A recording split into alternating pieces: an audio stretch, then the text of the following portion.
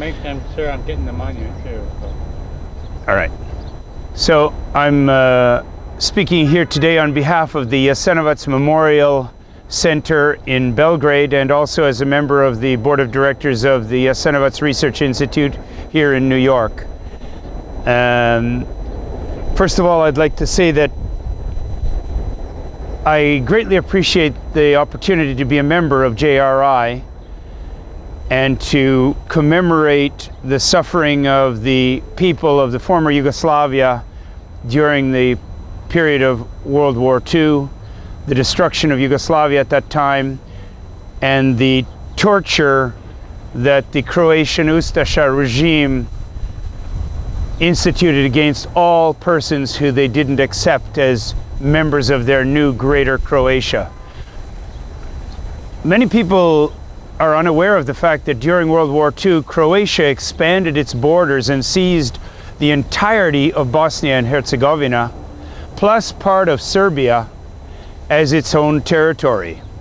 And as a result, not only were they dedicated to slaughtering as many as they could of the Serbs who lived in Croatia proper, and the Jews and the Gypsies and the anti-fascists and communists and everybody else who was opposed to their state, but they also did the same thing to a much larger territory, the territory of Bosnia and Herzegovina, where before World War II, the Serbs were the clear majority of the population. And it's as a result of the slaughter in World War II that we have today the division and problems in Bosnia, because the society has been broken up into three minorities that are pitted against each other. So we have a terror, a Holocaust, whose destructive and murderous effects are being felt till this day. I also want to mention today a few names.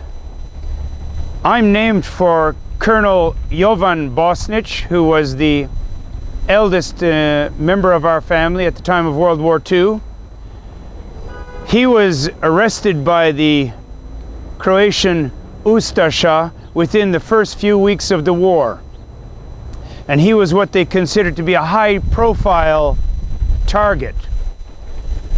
The reason for him being a high-profile target was, of course, he was a Serb, but that at the end of World War I, after winning the Iron Cross from Austria for having captured the entirety of Istria from the Italians, and thereby increasing the territory of modern-day Croatia by as much as 25%. The Croats could not put up with the fact that it had been a Serb leading an ethnic Serb battalion that had captured all of that territory for modern-day Croatia.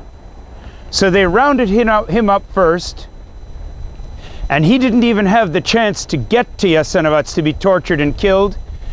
He had served at the end of the war. He had deserted from the Austrian forces and led a ragtag army of Serbs to conquer the city of Vinkovci, where he served as the first mayor after the war.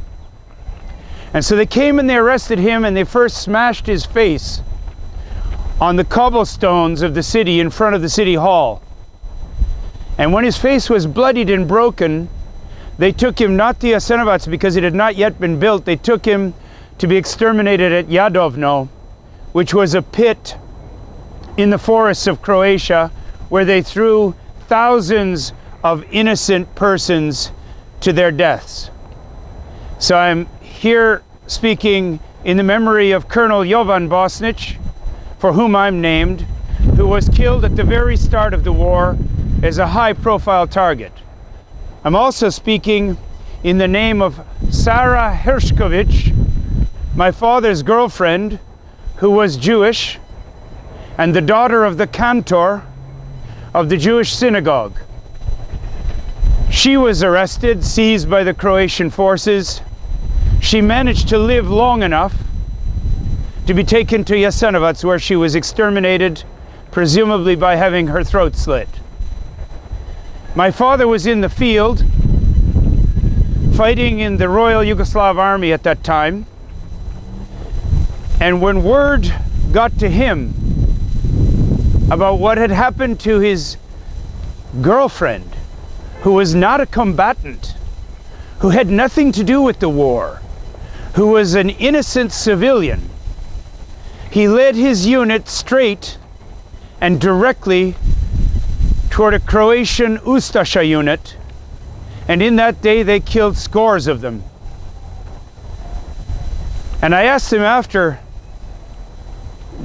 Dad, you said you hated to go to the war and you hated to kill other people. And he said, on that day I lost my mind, like those who killed us. Evil begets evil, and these kinds of events have to stop forever. And they can only stop forever if the perpetrators are identified, tried, condemned, and universally recognized as war criminals. And our problem today is that the government of Croatia, today's independent state of Croatia, the second such incarnation of a Croatian state, was created by a band of people who considered it to be the continuation of the Nazi Croatian independent state of World War II. They named their streets and their public squares after Nazi war criminals. They taught a modified Nazi version of history in their schools. And they continue, supporters of that group in Croatia, who are not few in number, continue to use their fascist signs, continue to have fascist gatherings, continue to be blessed in Roman Catholic churches by Roman Catholic priests, and continue to honor a man who they would saint, a man who blessed the Nazi troops of Croatia, who blessed the murderers at Jasenovac and Jadovno and at hundreds of other sites across Croatia. Many people don't understand that the slaughter in Croatia was not conducted as it was in Nazi Germany. In Nazi Germany, people were rounded up and generally taken away from their communities to camps far away, where they were murdered mainly in secret, so that the general public of Germany was not exposed to executions in the streets. That was not the case in Croatia. It took years to find the minutes of the Wannsee conference to prove that the Germans had made a decision to exterminate the Jews and the other undesirables who they exterminated.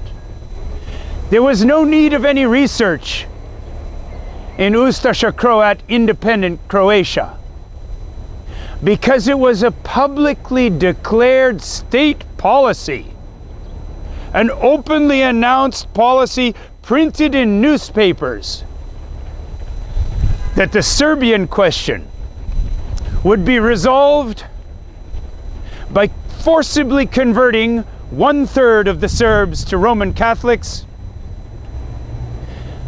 by physically expelling 1/3 of the Serbs to Serbia, and by exterminating 1/3 of the Serbs. There was no mystery about this. There is no mystery about it today. And yet there are deniers all across Croatia, all across the Croatian diaspora, and among the apologists for the Croatian crimes. Here in America, there are American politicians who are not even from Croatia, who are apologists for this war crime. And it should also be noted for every American who sees this video that during the course of the war, hundreds of American aircraft bombing Nazi targets across the Balkan region traversed Croatia, and many of them were shot down. The Serbian Royal Army, which fought until 1945, rescued hundreds of American pilots at the risk of their own lives, and saved those pilots and airlifted them out to live another day.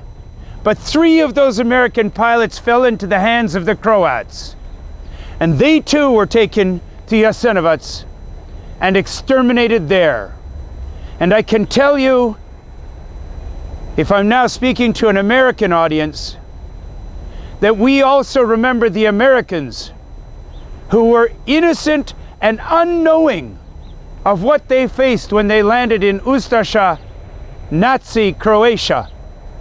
And when they bailed out of their airplane and thought they were saved, but were in fact captured by Croatian soldiers who turned them over to the Ustasha, who took them to Jasenovac and exterminated them, those Americans came face to face with what Ustasha Croatian fanatical Roman Catholic extremism is today and what it was then.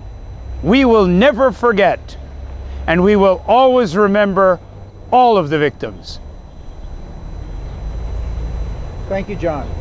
Thank you. That was John Bosnitch, the director of Jasenovac's Research Institute and the head of the Jasenovac Memorial Committee in Belgrade. Thank you very much.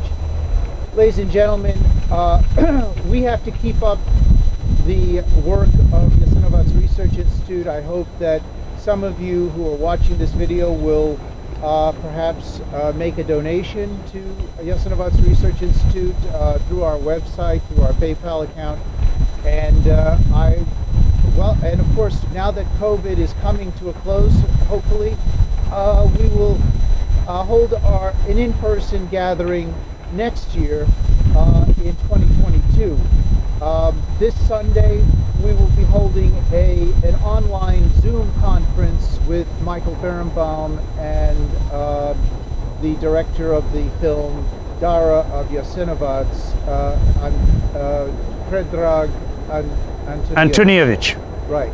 And so we thank you for coming. We're going to have a small, we're going to do a small ceremony at the Jadovno monument in a moment, but we thank you for coming, and remember that those who broke out of the camp and gave their lives on April 22nd, 1945 did so just so that the truth should be known about Jasenovac and the Ustasha, and we owe it to them to keep this work alive, and let's recommit ourselves to doing so in the future. Thank you, and we'll see you again next year. Thank you very much.